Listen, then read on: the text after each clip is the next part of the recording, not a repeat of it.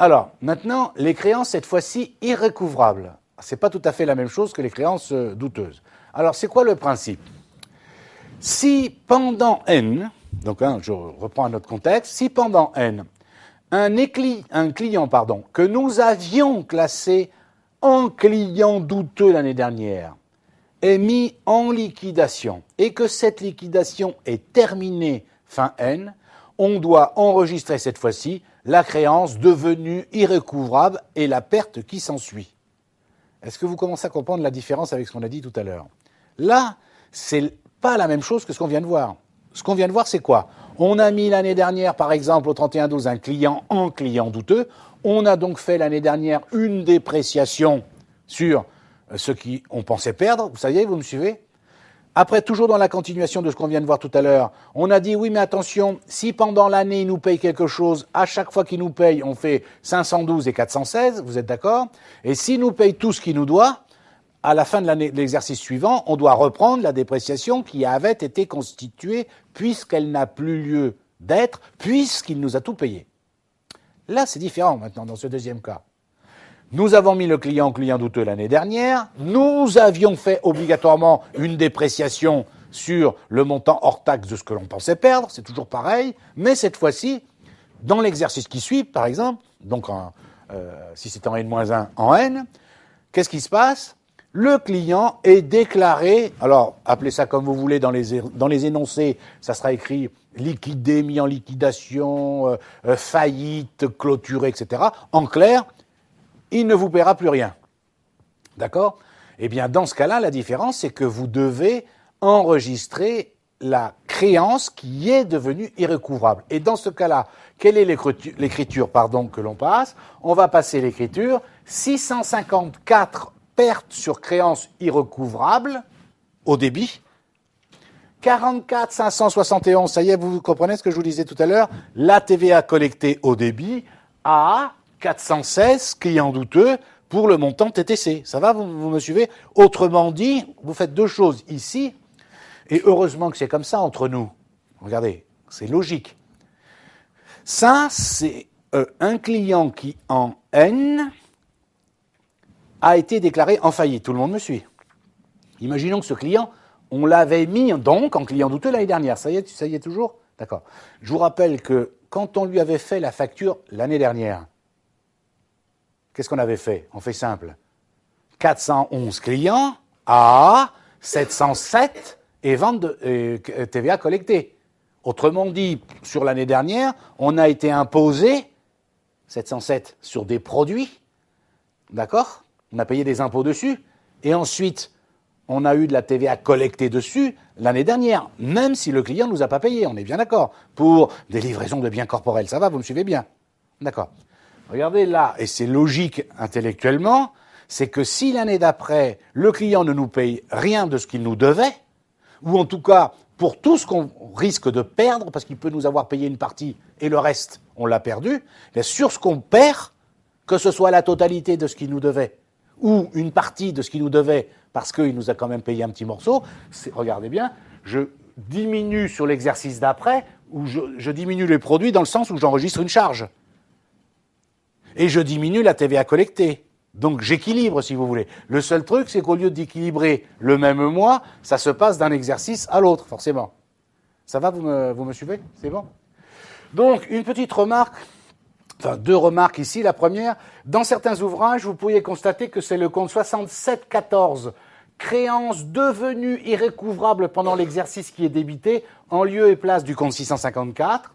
Alors, théoriquement, le compte 654, on l'enregistre s'il s'agissait d'une créance client au sens strict, c'est-à-dire une créance que nous avions débitée dans le compte 411 clients. Qu'est-ce qu'il dit encore? Je ne comprends rien.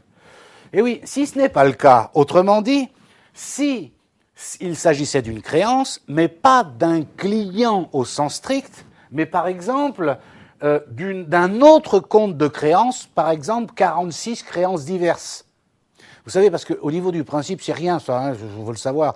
C'est qu'on utilise le compte 411 quand c'est des créances clients. C'est quoi un client? C'est quelqu'un à qui on a vendu quelque chose. Mais quand on dit vendu quelque chose, vendu ce qui est notre activité, des marchandises, une prestation de service. Vous êtes d'accord? Ok. Mais on peut utiliser, rappelez-vous, nous l'avions vu lors des premiers cours, on peut utiliser 46 débiteurs divers ou créditeurs divers quand on vend à quelqu'un quelque chose qui n'est pas notre activité. Par exemple, si vous vendez, rappelez-vous, lorsque vous cédez une IMO, d'accord, vous pouvez mettre de mémoire le débit du compte 464, créance sur cession d'immobilisation. Vous voyez, c'est bien une créance si la personne ne vous paye pas tout de suite, d'accord, mais c'est pas un client au sens strict. Donc, la règle de l'art, entre guillemets, dit que on utilise le compte 654 quand c'est un client à l'origine, qu'on avait enregistré en 411, et à ce moment-là, on peut enregistrer en 6714, pardon, si on a mis autre chose au départ, c'était pas un client 411, mais un 46. Je vous rassure, ça change rien au problème, parce que ça reste une charge de toute façon, vous êtes d'accord? Quand je dis ça change rien, j'exagère un petit peu, c'est-à-dire qu'au lieu d'être une charge d'exploitation, c'est une charge exceptionnelle, puisque les comptes 67, c'est une charge. Mais je veux dire, vous n'allez pas avoir le GIGN qui va débouler chez vous, parce que de toute façon, ça va pas changer le résultat de l'exercice. Ça reste une charge, hein, vous êtes d'accord? Donc ça va diminuer le résultat, donc vous n'allez pas payer moins d'impôts ou plus d'impôts, donc il n'y a pas de souci majeur, c'est pas grave, on est d'accord. Deuxième remarque, il peut arriver qu'un client qu'on a enregistré en tant que tel pendant N, donc au débit du compte 411, soit mis en liquidation et que cette liquidation soit terminée en N, pendant l'exercice. Parce qu'ici, ce que je vous ai expliqué, c'est l'année dernière, à l'inventaire, on a mis quelqu'un en client douteux, vous êtes d'accord? Et là, on est en train de dire, l'année d'après, il est mis en liquidation. Mais il y a un autre cas de figure quand même. C'est que pendant l'année, on imagine, on est début février, on apprend qu'un de nos clients, qu'on n'avait jamais mis en client douteux, mais un nouveau client, est mis en liquidation, et puis, avant la fin de l'année, d'accord, eh bien, est mis en faillite et la faillite clôturée. Ben, c'est exactement le même principe, bien sûr. Donc, comprenez ce que je veux dire maintenant. D'autre part, il peut arriver qu'un client enregistré en tant que tel pendant N, donc au débit d'un compte 411, soit mis en liquidation et que celle-ci soit terminée avant de l'exercice N. On doit aussi constater la créance devenue irrecouvrable fin N, bien entendu. Donc, dans ce cas, l'écriture est la même que celle-là, sauf que, est-ce que vous comprenez quelle est la différence?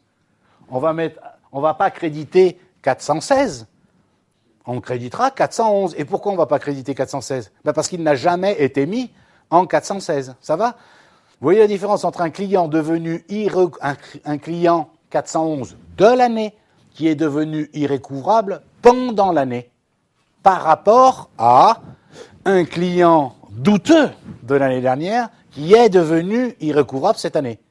Dans un cas, vous créditerez le 416, si vous aviez mis client douteux, pardon. Dans l'autre cas, vous mettrez 416, bien entendu. D'accord? Alors, cas particulier maintenant, vous accorderez, vous allez comprendre que c'est un cas particulier. Pourquoi je l'ai mis? Parce que je l'ai vu tomber une année, un auteur d'un sujet a voulu vous embêter, alors il vous a mis ça. Une bonté, un auteur d'une bonté extraordinaire. Alors voilà le cas particulier, vous m'accorderez, vous allez comprendre que c'est assez rare. Un client que nous avions passé en insolvable, fin N, insolvable l'année dernière, vous me suivez? Qui nous réglerait en N plus 1 tout ou partie de ce qu'il nous devait. Je ne sais pas si vous voyez, ben, il doit y avoir des voyages à Lourdes pas chers, il doit y avoir des promos, d'accord? Et bien l'auteur du sujet a pensé à ça, parce qu'il a dû le rencontrer dans sa vie professionnelle une fois. Donc il s'est dit, tiens, on va embêter les étudiants, on va leur poser cette question, voyons voir comment ils vont s'en sortir. Vous comprenez ce que je veux dire? Un client qu'on a mis en totalement insolvable l'année dernière, qui nous réglerait en N plus 1 tout ou partie de ce qu'il nous devait. Bien comprendre que dans ce cas, son compte client n'existait plus, par définition, dans notre comptabilité. Puisque si on l'a déclaré insolvable, on a crédité soit le compte 416, parce qu'on avait pu le mettre avant en douteux, soit le compte 411, si c'était dans l'année. Ça va, vous me suivez. D'où l'écriture suivante, regardez bien. Alors, on va débiter, puisqu'il nous paye, on va dire 512 banques, et on va mettre au crédit, alors, 771 ou 772 ou 771,4, ce sont des produits exceptionnels, et la TVA collectée quand même. Oui, parce que là, les impôts ne vont pas nous faire cadeau de la TVA collectée. Ça va, vous me suivez? C'est des produits exceptionnels, tout simplement. Ça va? C'est clair? Mais ça, bon, accordez-moi que, bon, c'est rare. C'est pas ça qui vaudrait le maximum de points le jour de l'examen. Mais bon, quand on l'a jamais vu, on se dit comment c'est possible. Eh ben oui, la preuve.